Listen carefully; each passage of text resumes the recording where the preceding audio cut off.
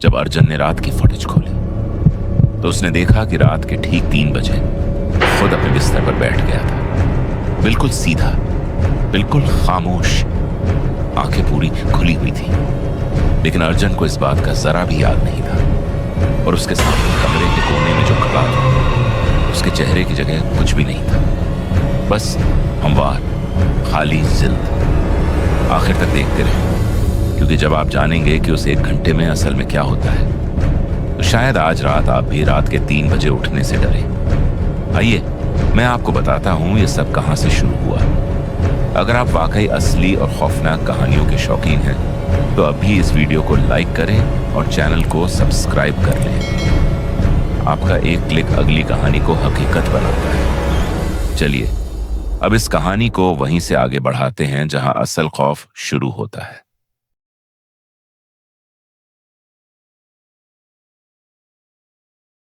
लखनऊ के पुराने इलाके अमीनाबाद के एक तंग मोहल्ले में तीसरी मंजिल पर अर्जुन अपने छोटे से फ्लैट में अकेला रहता था। अर्जुन एक सॉफ्टवेयर कंपनी में घर से काम करता था। उसकी जिंदगी बहुत सादा थी। दिन में सोता, रात को जागता, लैपटॉप खुला रहता, चाय ठंडी होती रहती। उसके फ्लैट में एक कमरा था, एक छोटा बावर्ची खाना था और एक लंबा गलियारा था जो मेन दरवाजे तक जाता था। गलियारे में छत पर एक बल्ब लगा था जो हमेशा हल्का हल्का कांपता रहता, जैसे किसी बात से डरा हुआ हो। अर्जुन ने कभी इसे ठीक नहीं करवाया। उसे लगता था बस पुरानी तारें हैं। पहली रात कुछ नहीं हुआ, दूसरी रात भी कुछ नहीं हुआ, लेकिन तीसरी रात अर्जुन रात को काम करते करते अचानक जाग उठा। उसे याद नहीं था कि वो सो गया था, लेकिन जब आंख खुली तो लैपटॉप की घड़ी में लिखा था 3:02। कमरे में सब कुछ वैसा ही था जैसा पहले था, लेकिन हवा बिल्कुल रुक गई थी। पंखा चल रहा था, लेकिन हवा का एहसास खत्म हो गया था। अर्जुन ने सोचा शायद बहुत थकावट है और वो लेट गया। अगली रात फिर ठीक 3 बजे अर्जुन की आंख खुद ब खुद खुल गई। इस बार उसने गलियारे में आवाज से सुनी, बहुत आहिस्ता, जैसे कोई नंगे पांव चल रहा हो। 1 कदम, रुक जाओ, 1 कदम, रुक जाओ। अर्जुन ने बिस्तर में लेटे लेटे सोचा ऊपर वाले फ्लैट से आवाज आ रही है, लेकिन ऊपर वाला फ्लैट 3 महीनों से खाली पड़ा था। मालिक ने बताया था कि किराएदार है ही नहीं। अर्जुन ने उठने की कोशिश की, लेकिन पांव नहीं उठे, जैसे जिस्म ने साफ इनकार कर दिया हो। वो बस लेटा रहा, सांस रोके, कान खड़े किए। आवाज धीरे धीरे बंद हो गई और ठीक 4 बजे जैसे किसी ने कोई बटन दबाया हो, सब कुछ नॉर्मल हो गया। पंखे की हवा वापस आई, गलियारे का बल्ब आराम से जलने लगा।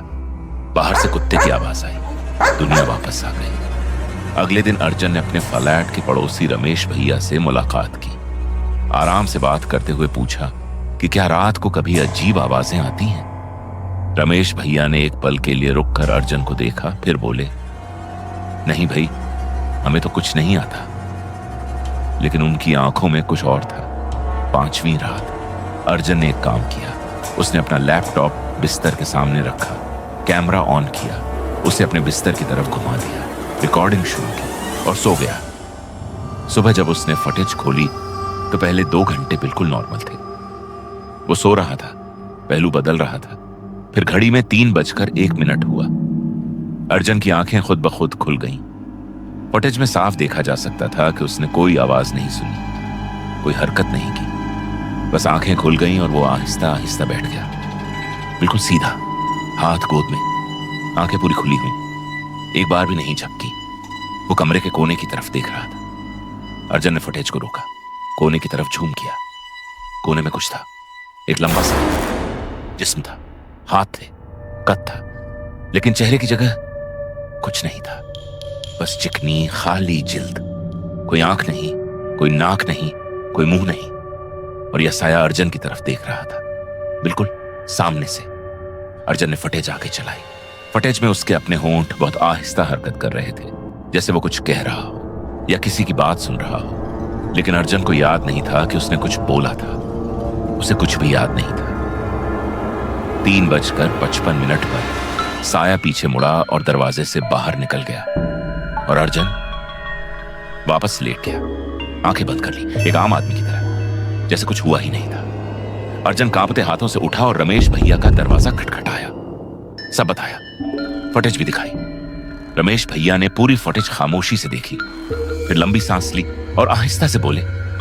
रमेश भैया ने कहा, अर्जन, तुझसे पहले इस फ्लैट में एक बंदा रहता था, वो भी अकेला, वो भी रात को काम करता था। एक दिन सुबह उसका दरवाजा खुला मिला। वो अंदर कुर्सी पर बैठा था, आंखें खुली, बिल्कुल सीधा, बिल्कुल खामोश, लेकिन वो मर चुका था। डॉक्टरों ने कहा मौत रात के 3 और 4 बजे के दरमियान हुई। अर्जन के हाथ से फोन गिर गया। उसने वापस आकर फुटेज का आखिरी हिस्सा खोला, वो हिस्सा जो उसने अभी तक नहीं देखा था।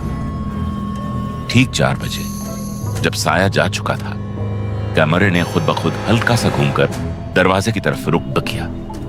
दरवाजा खुला था और दरवाजे की दहलीज पर पैरों के निशान थे, न अंदर आते हुए न बाहर जाते हुए, बस दहलीज पर रुके हुए, जैसे कोई वहां खड़ा होकर इंतजार कर रहा हो। अर्जन उसी सुबह फ्लैट छोड़कर अपनी मां के पास चला गया, जो लखनऊ के दूसरे किनारे इंदिरा नगर में रहती थी।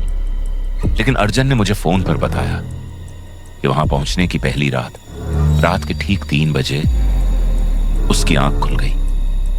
कमरे का कोना पहले से ज्यादा अंधेरा था। अर्जन ने आंखें बंद कर ली और खुद से बार बार कहता रहा, ये मेरा वहम है, ये मेरा वहम है, ये मेरा वहम है। लेकिन सुबह जब उसकी मां ने उसे जगाया और मुस्कुराते हुए पूछा, रात को 3 बजे तू कमरे से बाहर क्यों निकला था?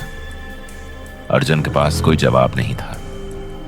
अगर ये कहानी आपको आखिर तक बांधे रख सकी है तो अभी सब्सक्राइब करें, क्योंकि अगली वीडियो पहले से ज्यादा खौफनाक है। बेल आइकन दबाना मत भूलें।